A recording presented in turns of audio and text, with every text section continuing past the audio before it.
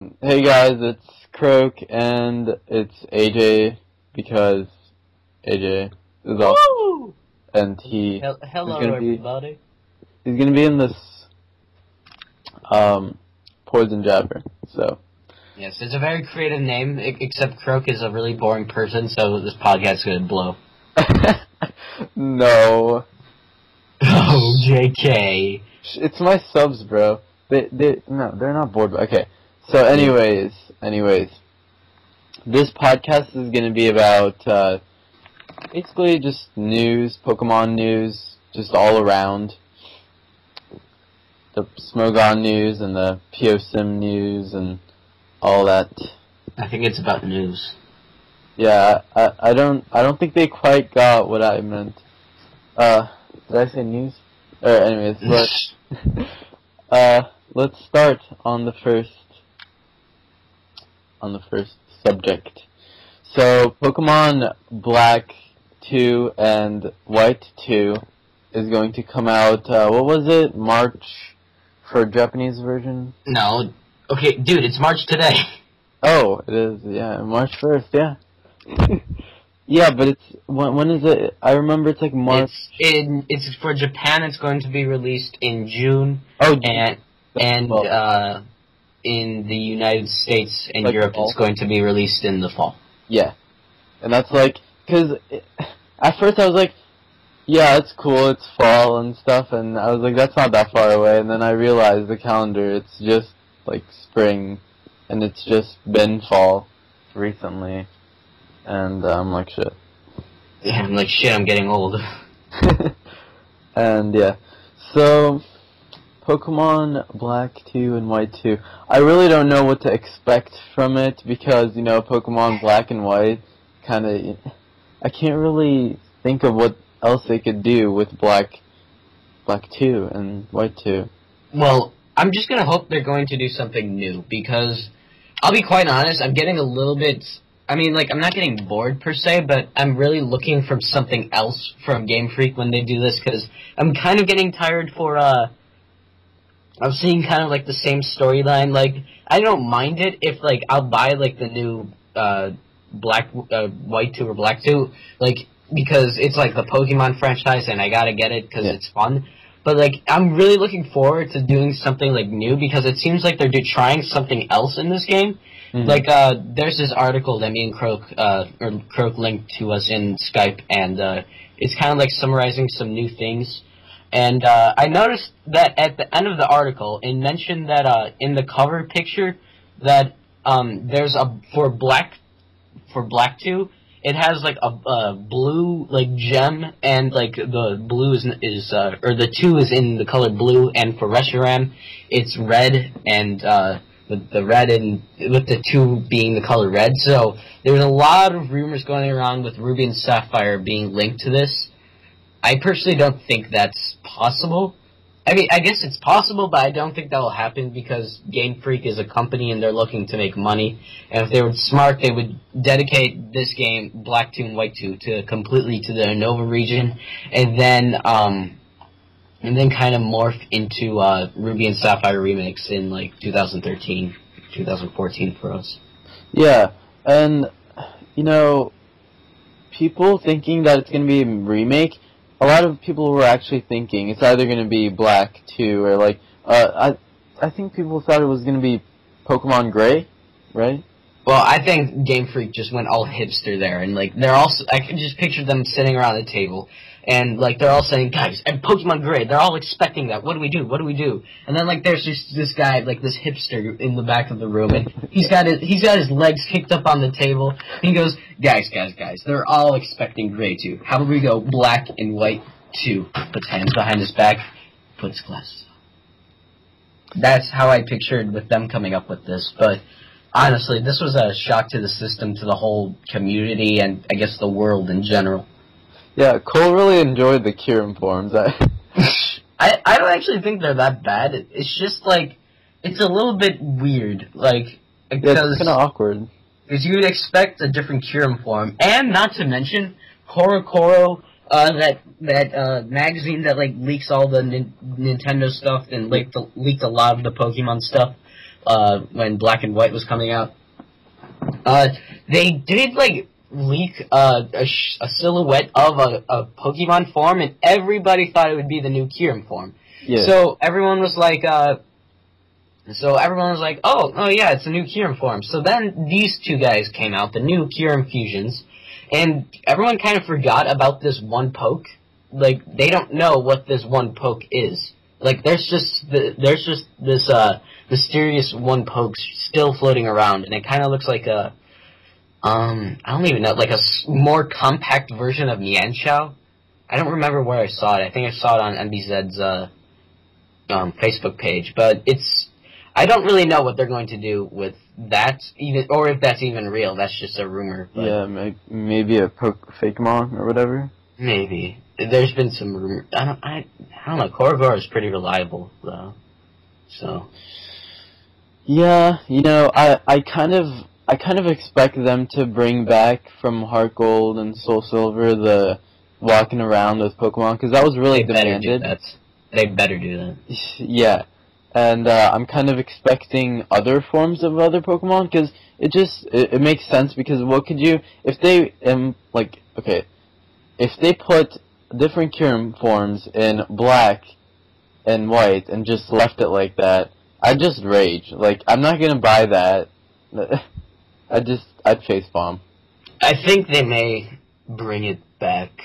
Like, I don't know. It sold really well. Like, they did it in Yellow, did well. And, like, if they could do it in a remake, I guess they could do it then.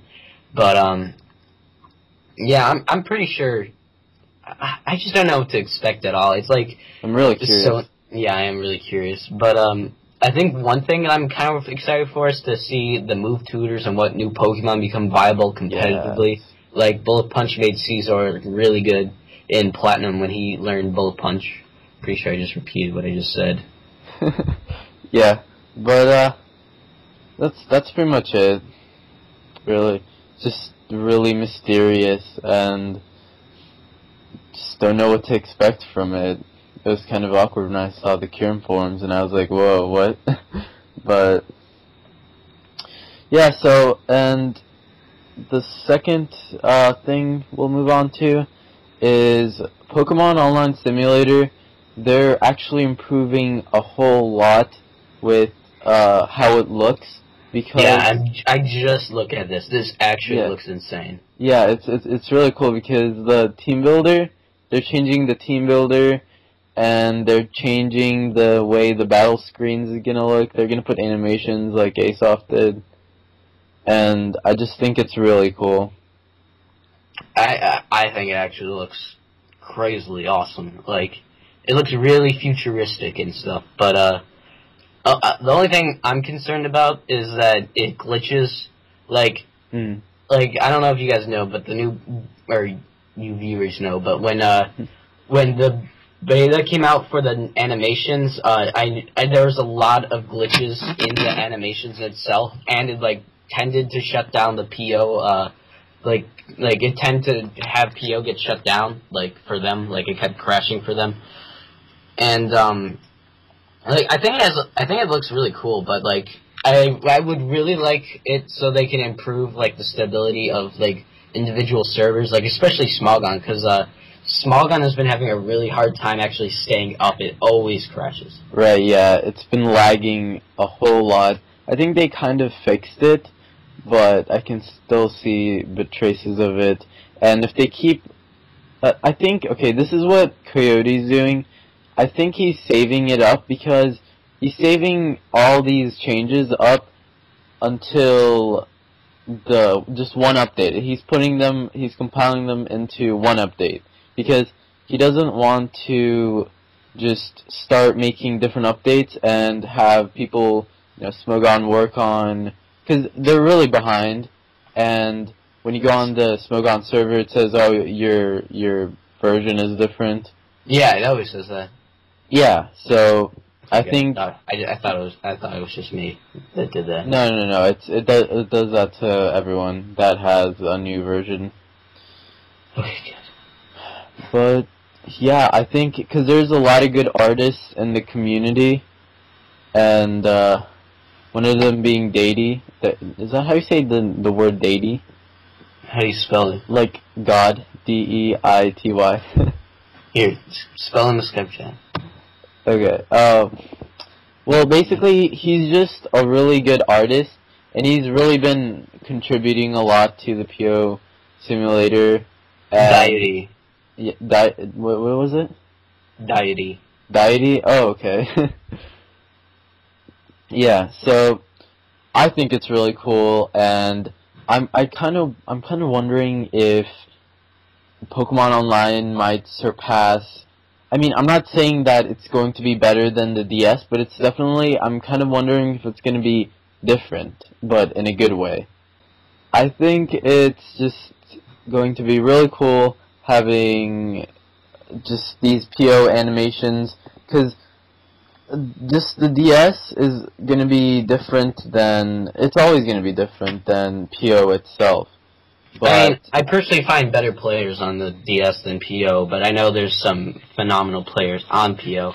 So yeah, I think it's like a step up, I guess, because now, like, it's not just, like, solid, like, animations and stuff, and you have to read the text document to read what happened, but, I know that there's, like, this one website that Croak has actually, like, played on, like, and I've done it a little bit, too. It's a Poke Showdown? Yeah, Poke Showdown.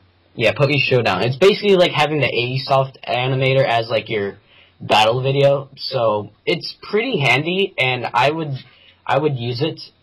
Like, I play on it a bit, but it just seems to be still in beta form, so. Yeah. I personally prefer PO, but, I think the problem with, PO right now is that, I don't know. I don't really know what I'm saying right now. I'm just kind of rambling. Yeah, but no, I know what you mean, because the maker of ASoft and PO are different, so what he's trying to do is he's trying to kind of replicate PO on the browser, but PO is going to come out with something completely different, and it's going to look really nice, and, you know, you can't replicate that. And the fact that just PO as a team builder is just really useful, and as you said before, people on the DS being better, I think that, you know, the PO people there are really good players because how convenient PO is. Yeah, PO's really convenient. Like, I know there's, like, a bunch of channels. Like, I personally know Herpy. He's obviously one of probably the better known PO players out there for, like, YouTube-wise and stuff. And, he and I did, like, a DS battle, and, like, it kept disconnecting. And, he says, like, this is why, I don't want to make my channel around the DS because it takes so long and it's not as efficient and you still get good battles, yada, yada, yada. The only problem I find with, the only problem I find with PO is that a lot of players run right when things start going bad for them, and also they're not as good, like, per se, but I still think you can find good battles if you play good teams and if you get high enough on the ladder and whatnot. Yeah, of course, if you're high in the ladder, they stop forfeiting and you get really good games because people are, you know, more respected and higher in the ladder, so they're not just like, oh, okay, I'm gonna rage quit, and just, they let you have a log, so. That's true. And with the new ASoft player thingy, the community's gotten a lot more, like, views. I guess not views, but a lot more attention. Yeah. And, definitely good. But I don't know, like, the DS method, like, it looks a lot better, and certainly, like, your subs go up because it's, like, legit of Pokemon. Course, because people like it better.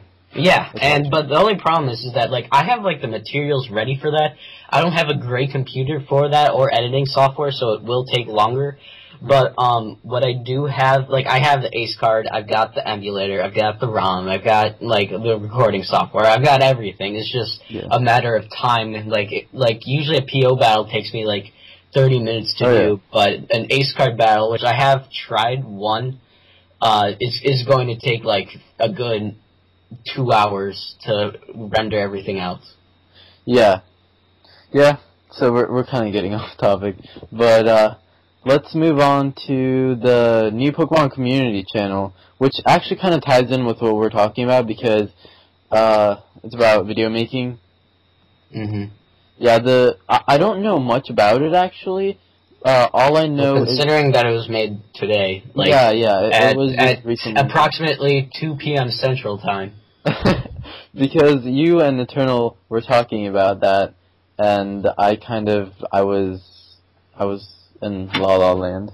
I don't know where I was. I was in La La Land. It's a casual stroll through La La Land. Yeah. A casual stroll to the road to Viridian City, bro. Yeah. But, can you inform us on this?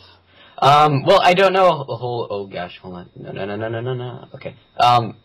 Let's see. So basically, it just seems like, Eternal, the head moderator for the PO channel, or what is it? It is. On the PO YouTube channel, yes. Yeah, the head for a PO YouTube channel. So, he wanted to create, like, a more not lulzy, but, like, a more, like, relaxed-based channel, not as much competitive and stuff, for, the draft battle series and, like, other stuff. And people are talking about LPs, movesets. People are saying LPs. I don't think they should do LPs. Yeah, I don't think that'll happen because it's PO community Pokemon Simulator.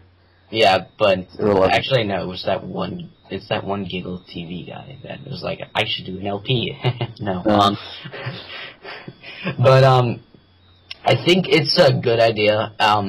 There's one guy who actually had a pretty good opinion. It's like Weavile Wins or something. He goes, "This is what I think, that most of the stuff here would be garbage. We'll go here. I personally don't mind the stuff. I don't watch it and I have no problem. I just think it has some sprouted for the content on the channel. I would admit there needs to be limits, but it doesn't need to be so strict. But there's somebody that suggested, I actually think it was Cole, but I took his idea just to troll him, that I think that maybe that this channel should be more of a beta channel, and they should have the PO Sim be like a list of directors and stuff, like the top contributors, like us two, for example.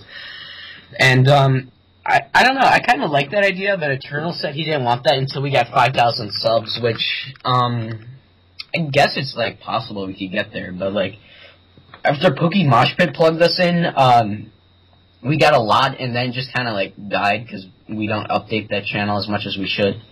Yeah. But I think one of the problems is that PO just went through a new transformation. Like, for some reason people are getting a little bit upset about like the quality of like stuff going on. Like, I don't know what exactly triggered it, but like I don't know. Like it must have like take someone off, because like they went through a whole new transformation where like they have battle narrators. I guess it's like more for an organization sort of purpose. But for example, me and Croak are narrators. Like, we're confirmed narrators, so we narrate battles. And like there's I think, who else is it? It's Pokeyam MD. Yeah, Callus, there's Joey. Who else? Callus. There's Herpy. I think, and then like there's other people that are approval pending, which is like they they're not like narrators, but I guess they like get like a so-called tryout or an audition. There's Storm Power, whatever his name is. He's a partner, and he does like playthroughs. I guess he plays stuff and records it, so I guess that's a playthrough. But so I think potentially it's getting more professional is what it is. It's getting more strict. It's kind of like, you know how hard it is to get into like Pokemosh Pit? You have to get into beta, and you have to be, liked, and so to get into Pokemosh Pit. So it's kind of like that, except this is just straight out. He judges you. If Eternal doesn't like you, then. Well, that's another thing. I think it should be based on like maybe like the top contributors, for example. Like, if you go on the channel, you see top contributors. That's who it is. Who they are, I should say. So I think it's a good idea for the PO community channel. I don't know how well liked it would be. Like, he's planning on putting the draft battle. Like, my draft battle with Herpy is not going to be revitalized again, because it's going to be on there. But Mhm. I don't know. I think it's a good idea. It's just I don't know how well executed it's going to be. Yeah, I mean, I guess it's just a response to the people who dislike the non-competitive stuff, and yeah, so it's strictly competitive, the PO Simulator, and PO Community is just a channel for, he was comparing it to, okay, this post, he's talking about, take someone like Hayden, for example. His battles are almost never competitive. They're entertaining. That's why he has become a very popular user. Would you consider this a quality battle if it was uploaded by some random for the PO Simulator channel, and then he links Hayden's PO battle that he has on his Mewtwo account or whatever? And I responded as, he does subliminally explain his logic while battling. He just uses vulgar language and cracks a few jokes here and there. He has a less analytic narration and many implications in the plays that he chooses. So, I was just, in summary, I was only saying that Hayden just screws around, and while he does screw around, he still tells you what he's doing in battle. I mean, like, I love his, like, I didn't really necessarily love his later narrations, because you can kind of tell his motivation for them kind of dying down. But, like, as an LPer, he's, like, gold material, because I've watched every episode of his Diamond Nuzlocke. Like, it's so well done. Yeah, and it's, even if the thing about his battles were that he had really good battles, because even if you were a really good player, it didn't matter if you were a really bad player or a really good player. He entertained the really bad players who didn't know much about battling at all, but they still, kept interest. But the ones that did know a lot, they were entertained in the, just the show kind of way, but then they were entertained in the way that he still explains his battles, where he's like, alright, so my dick pinch does this. Yeah, so he still says, what he does, and you can understand his logic behind it. It's just implied instead of said. I don't know, I think it's going to work out for some people. It's just not, like, if it doesn't give, like, positive, like, feedback right away, I'm not gonna be too surprised. Yeah, it's whatever. I mean, it's a nice way to divide up the channel for the people who are, less serious about it. Alright, so let's move on to the next topic, because we don't have that much time. Because people do get bored, and I don't want to go on about a certain topic. So I don't want to bore you. Yeah, I don't like that when people go on and on and on about something for like 20 minutes. It's like, okay, I understand. Anyways, so March and April NU tier in the PO beta server. There's a post about this. It's, March and April NU tier. That's pretty much what it is. So what fell from LU to NU is Mandibuzz, Weezing, Hippopotas, I never could say it. Cryogonal, Drudigon. God damn it! Why did they have to make Drudigon, Quagsire, Scyther? So that's alright. So all those guys up from NU?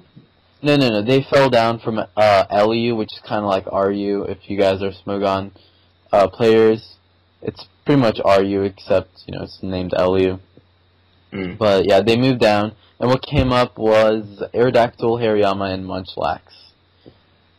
And they're really similar, PONU and Smogon NU, except Smogon NU does have more offensive Pokemon. So yeah, that's true. I mean, I do think there's a lot of offense in Smogon NU.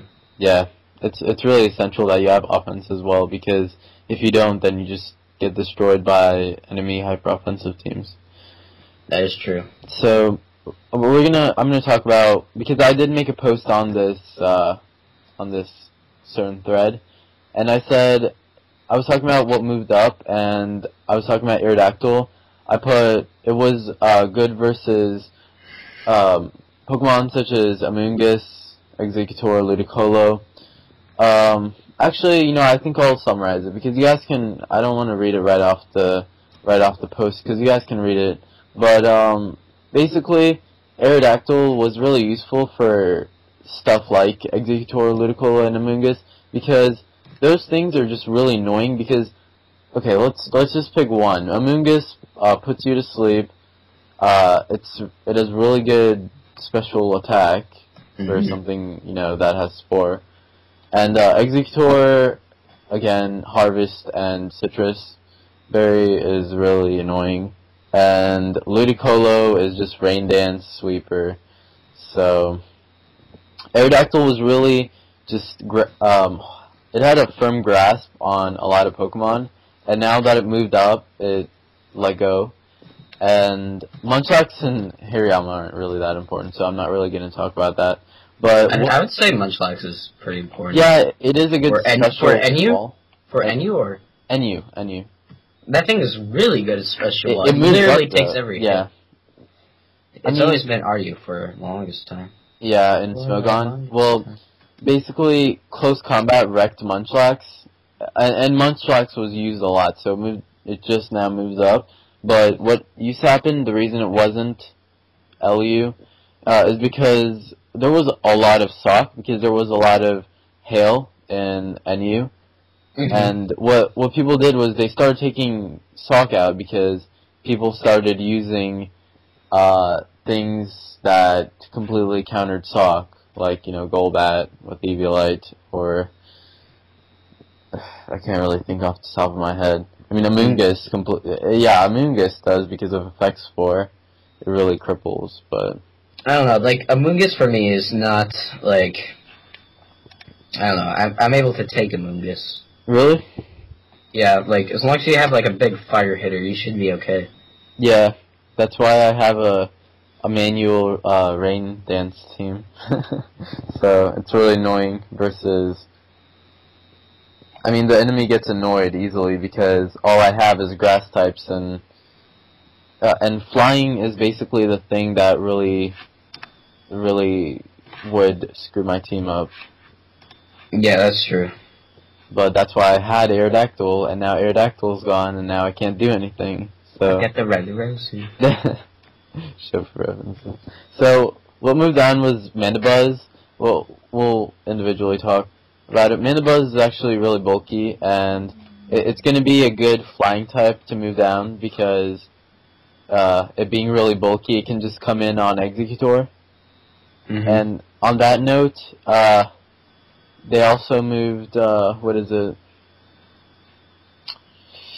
They moved, Quagsire. They moved Quagsire down from LU to NU, which I think it's going right back up. And notice, guys, this isn't something where it's, they move it down because they're just trying it out because of usage. But as soon as they see that it's broken, they immediately move it back up, so. Yeah, I mean, it makes sense, but really, I don't know. Like, PO and Smogon NU, like, I don't really play a whole lot of PO NU because it's so different, and I don't really understand it. Yeah. But, I do like, Smogon NU, and Smogon NU is basically a bunch of offensive pokes, and if you throw in a few walls in there, you may get lucky and do a little bit of stalling, but, as long as you bring the right checks and counters, you should be okay. That's why I'm on the first page. Brag. Oh, watch out, we got Nighthawks over here. But, I don't know, like, I feel like the only thing that is really hard to take down, period, is Mesprit. Oh yeah, Subcom Mind. Yeah, well, I guess that, but, like, I just don't think it's right in NU, like, there's the calm mindset, like, it's hard to get past, but you can get past it, but, like, the defensive utility set is really good. Yeah. And from my experience of playing Smogon NU, and I have played a lot of matches on Smogon actually, because I'm just like an NU genius. Whore. Yeah, and Uhor pretty much.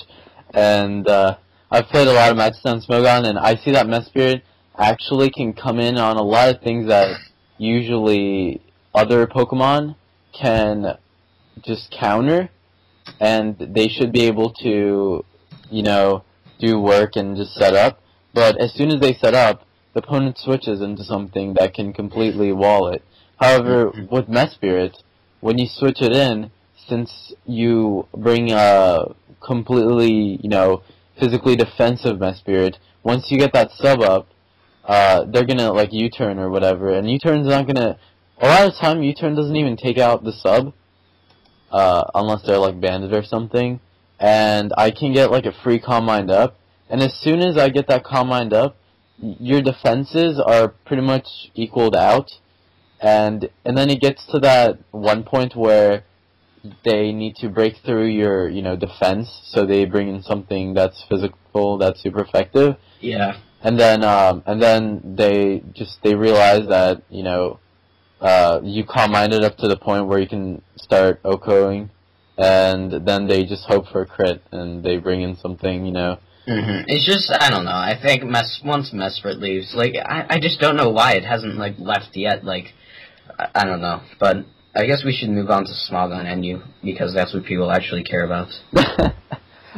Oh, sure. But anyways, they just came out with the PO statistics, and there's not really any huge surprises there, but I'm kind of looking in the long run. Ferrothorn has, like, dropped. It used to be #1 right when tier changes came out. Like, right when the tiers were announced, like when it was OU and UU, when they made that divider line. Ferrothorn was #1, and now it's dropped to #7 since, gosh, when did the tiers come out? Was it June or May? I remember Spade made a video, but yeah. I'll keep talking while I look for it. Flaming Spade. I, like, remember, like, I just, like, remember seeing Ferrothorn there, and, like, I'm like, God, this thing is a beast. No one's gonna ever take it down. And, like, what do you know? Now Caesar is #1, and it's been like that forever, and it doesn't look like it's dropping anytime soon. So, the other thing is that there really isn't any significant changes, but they said there'll be a huge tier change. There'll be a huge tier, or I don't know, what? Wait. Did it just drop again? Yeah. So you said there will be a huge tier change, and then you go off from there in 3, 2, 1, go.